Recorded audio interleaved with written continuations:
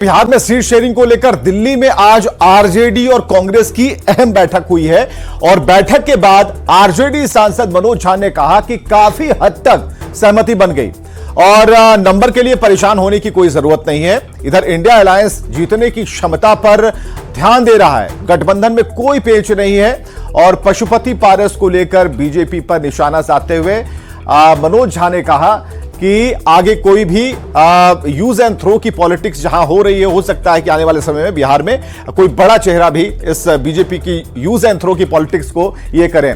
RJD की संभावित सीटें आप देख लीजिए, जो संभावना जताई जा रही है उसमें आरजेडी की सीट इस बोर्ड पर वैसी सीटें हैं जो आरजेडी लड़ेगी, लड़ सकती है। हालांकि इसका अभी पूरी तरह से इसकी घोषणा नहीं की गई है। वो सीटें हम बता रहे हैं बक्सर, छपरा, अररिया, उजियारपुर, समस्तीपुर। इसके अलावा आरजेडी की संभावित सीट में बांका है, भागलपुर है, सीतामढ़ी है, झंझारपुर, पाटलिपुत्र, मुंगेर, गोपालगंज, खगड़िया, नालंदा, सिवान, जहानाबाद, शिवहर। अगली स्लाइड भी आप देख लीजिए, अगली प्लेट पर जो हमने बताई। और 2014 लोकसभा में आरजेडी का प्रदर्शन देखिए कि 27 सीट पर चुनाव लड़े, 4 सीट पर चुनाव जीते, 1 सीट पर जमानत जब्त हो गई और 20.46% इन्हें वोट मिले। वोट परसेंट काफी अहम रखता है इलेक्शन में और यह निर्धारित करता है कि आपकी ताकत क्या है, कितना आप आगे बढ़ रहे हैं या फिर घट रहे हैं। ठीक है, नंबर्स जो भी आ रहे हो। तो 19 सीट पर इन्होंने चुनाव लड़ा, 19 सीट पर और सभी 19 सीट पर 2019 लोकसभा में आरजेडी का प्रदर्शन हम आपको बता रहे हैं। 19 सीट पर लड़े, 19 हार गए, 1 सीट पर जमानत जब्त हो गई और इनका जो वोट परसेंट है वो सामने है कि 15.68% वोट मिले हैं।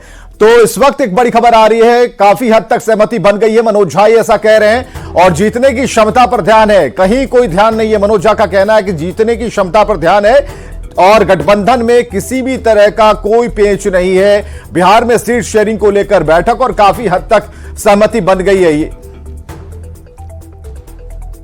थिंग्स आर ऑन ट्रैक, चीजें बहुत ही बेहतरीन माहौल में आगे बढ़ रही हैं।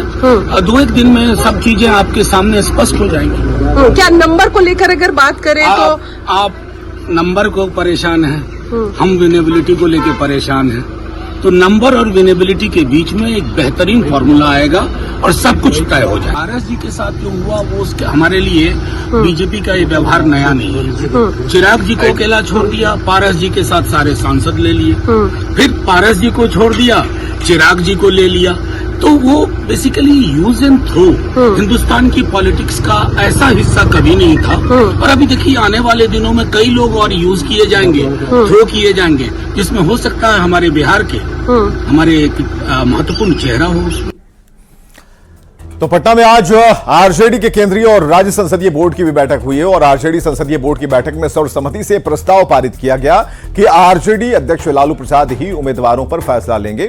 लालू प्रसाद को अधिकृत किए जाने की जानकारी देते हुए आरजेडी के राष्ट्रीय उपाध्यक्ष अब्दुल बारी सिद्दीकी ने कहा कि प्रत्याशी के नाम पर लालू प्रसाद ही फैसला लेंगे। सामान्य विचारधारा वाली पार्टी से बात कर सीट शेयरिंग के बाद प्रत्याशियों का ऐलान भी जल्द होगा।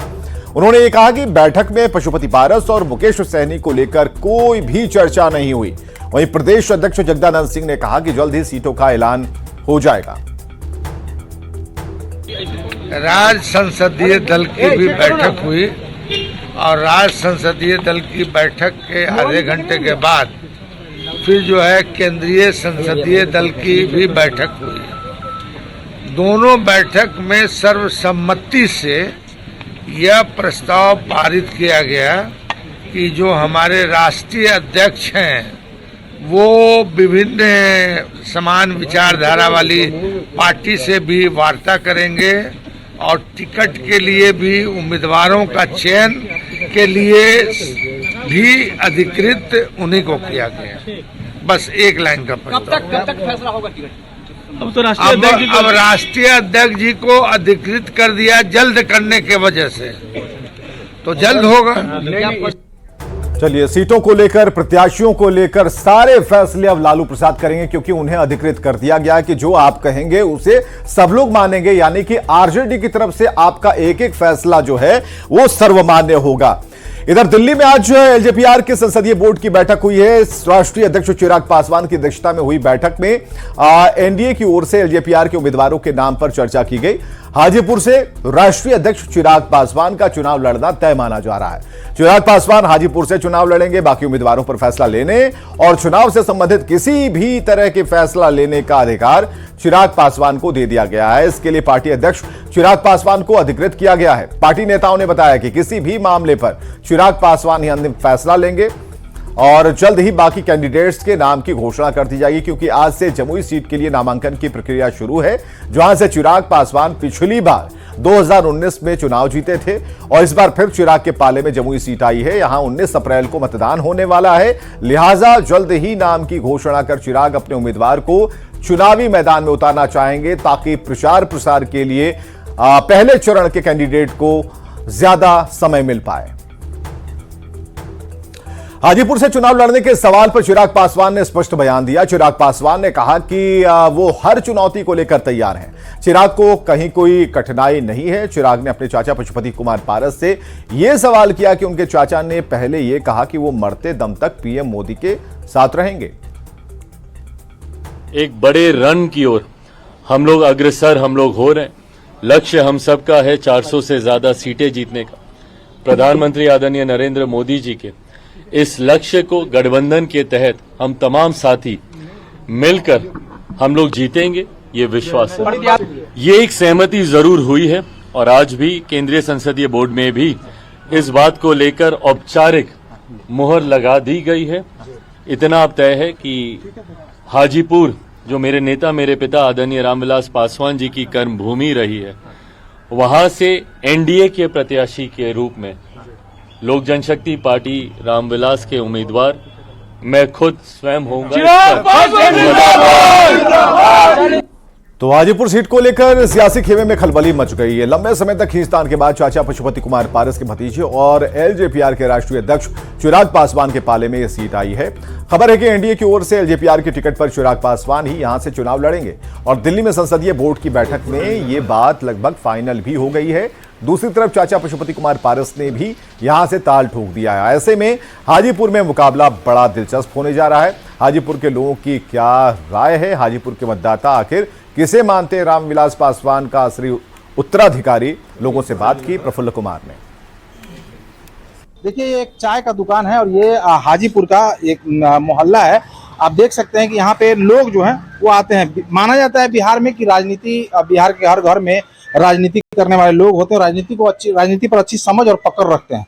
ऐसे में चाय के दुकान पे जो है वो चर्चा राजनीति को लेकर काफी अहम होती है। और देखिए किस तरह से यहाँ चाय के दुकान पे लोग बैठे हुए हैं, समोसा तला जा रहा है। इस बीच हम इनसे बात करेंगे और समझने का प्रयास करेंगे कि हाजीपुर का असली चिराग कौन है, कौन उत्तराधिकारी है। इस तो चिराग पासवान बारे में लोग यहाँ पर चर्चा पूरा है। हम लोग दुकानदार नाते हम क्या बोल सकते हैं, पार्टी कोई नहीं सुन सकते हैं। चाचा भी यहाँ से सांसद रहे हैं, उनका भी है, लेकिन ज्यादा यहाँ समझिए कि ज्यादा चिराग पासवान का। चिराग पासवान। हाजीपुर का असली चिराग कौन है? चिराग पासवान। चाचा को तो नाम किसे उत्तराधिकारी मानते हैं आप? चिराग पासवान। चिराग को मानिए। देखिए यहाँ पे और भी लोग हैं। क्या आप सोचते हैं इस सीट पर जब दोनों की दावेदारी हो गई है, मुकाबला कैसा रहेगा और क्या कुछ? चिराग पासवान बहुत वोट से जीत जाएंगे, बहुत वोट से। क्यों?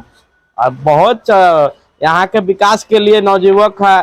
चाचा जी तो चौचे जी रह गए, यहाँ कोई काम नहीं किए 5 साल में, कुछ नहीं, ताकने भी नहीं आते हैं। काम तो चिराग भी नहीं किए, उनके पिताजी किए। पिताजी तो किए थे ना उनके, लेकिन चिराग जी में जो यूनिटी है काम करने का, तो एक बार मौका देंगे तब ना काम करेंगे। अच्छा। और नहीं दीजिएगा तो कौन काम करेगा? चिराग जी करेंगे काम यहाँ से। हाँ, काम करेंगे पूरा। अधिकारी आप किसे मानते? बहुमत से जीतेंगे कि रामविलास जी वाला कहीं इतिहास में दोहरा दे। अच्छे हैं, उम्मीद है इनसे यहाँ के लोगों का। अच्छा, कितने चिराग मानते हैं? वो तो समय ही बताएगा। अच्छा, देखना जाएगा क्या कुछ करते हैं। मतलब रामविलास जो काम किए उसका फल जो है यहाँ पे उनको में चिराग को ही मिलेगा या उनके भाई जो पशुपति पारस उनको? उम्मीद तो है कि चिराग से, चिराग आदमी यहाँ का उम्मीद है। देखिए क्या करते हैं। असली चिराग इसे कहा जाए रामविलास के लड़का जो है। अच्छा। अभी तो उन्हीं का सपोर्ट में हम लोग जा रहे हैं। अच्छा, हम लोग का जैसे है कि कुछ है नवयुवक है, नवयुवक है, तो हम लोग चाहते हैं कि एक बार मौका उनको दिया जाए। क्यों मौका दिया जाए? मतलब रामविलास के बेटे हैं इसलिए दिया जाए? बेटे है या नवयुवक है, मन हम लोग ये चाहते हैं कि एक बार उनको मौका दिया जाए। सब लोग तो सब कुछ वही लोग करता है, लेकिन एक बार उनको मौका दिया जाए कि कुछ हाजीपुर का कुछ विकास और हो। तो उनके भाई भी तो यहाँ से सांसद रहे हैं। भाई है लेकिन लोगों के नजर में नहीं आते हैं। वो है कि गरीबों के नजर में आते हैं, याद करते हैं तो हाजिर होते हैं। सर जी क्या नाम है आपका? हमारा हरि प्रसाद है। इस विरासत की जंग में जो रामविलास के उत्तराधिकारी होने का दावा कर रहे हैं, तो जनता किसे असली उत्तराधिकारी मानती है, ये देखना बेहद दिलचस्प होगा। प्रफुल्ल कुमार, न्यूज़ 18 हाजीपुर। और दिल्ली से पटना पहुंचे आरएलएम प्रमुख उपेंद्र कुशवाहा ने बैठक की और आगे की रणनीति पर चर्चा की है। उपेंद्र कुशवाहा ने फिर कहा कि वे नाराज नहीं हैं, सामूहिक निर्णय से सहमति बन गई है। अब बिहार की सभी सीट जीतने का लक्ष्य है और उसे वे लोग पूरा करेंगे। ठीक है, गठबंधन में जब वार्ता होती है हिस्सेदारी के लिए, सीटों के लिए या और विषयों पर, तो उसमें हर पार्टी अपने अपने हिसाब से चाहती है कि हमको ज्यादा से ज्यादा गठबंधन में हमारा शेयर तय हो। तो उस दृष्टि से बातचीत के दौरान कुछ चीजें चलती रहती है, लेकिन वह एक प्रोसेस है। पूर्व सांसद पप्पू यादव की जन अधिकार पार्टी का कांग्रेस में विलय हो गया। पप्पू यादव ने कहा कि वे कांग्रेस की विचारधारा पर ही लंबे समय से चलते आ रहे हैं और आज उनकी पार्टी का कांग्रेस में विलय हो गया। पप्पू की पार्टी जाप के पास बिहार में एक भी विधायक या सांसद नहीं है। पप्पू खुद सांसद रह चुके हैं और फिलहाल उनकी पत्नी राज्यसभा सांसद हैं।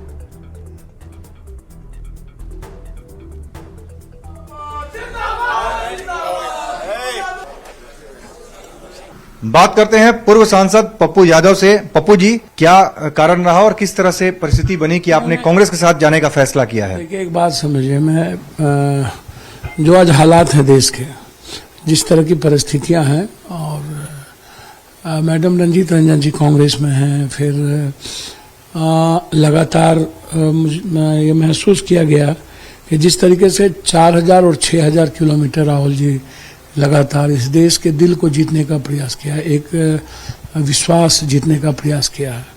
और बिहार में जिस तरीके से लालू यादव जी लगातार बीजेपी के खिलाफ लड़ते रहे, और एक दो ताकत जो कांग्रेस देश की एक उम्मीद भी है और डेमोक्रेसी को जो सेव करने की जो एक बड़ी पहल है, उसमें सभी लोग मिलकर ही कर सकते हैं। पहले भी कह चुका हूँ और मेरा आग्रह है कि मैं पूर्णिया हमारी लाइफ लाइन है और अपनी लाइफ लाइन से कोई अलग नहीं हो सकता। बहुत बहुत धन्यवाद। तो ये थे पप्पू यादव। कैमरामैन चंदन पटवाल के साथ अमितेश सिंह, न्यूज़ 18 दिल्ली। और खबरें लगातार जारी हैं, बने रहिए हमारे साथ।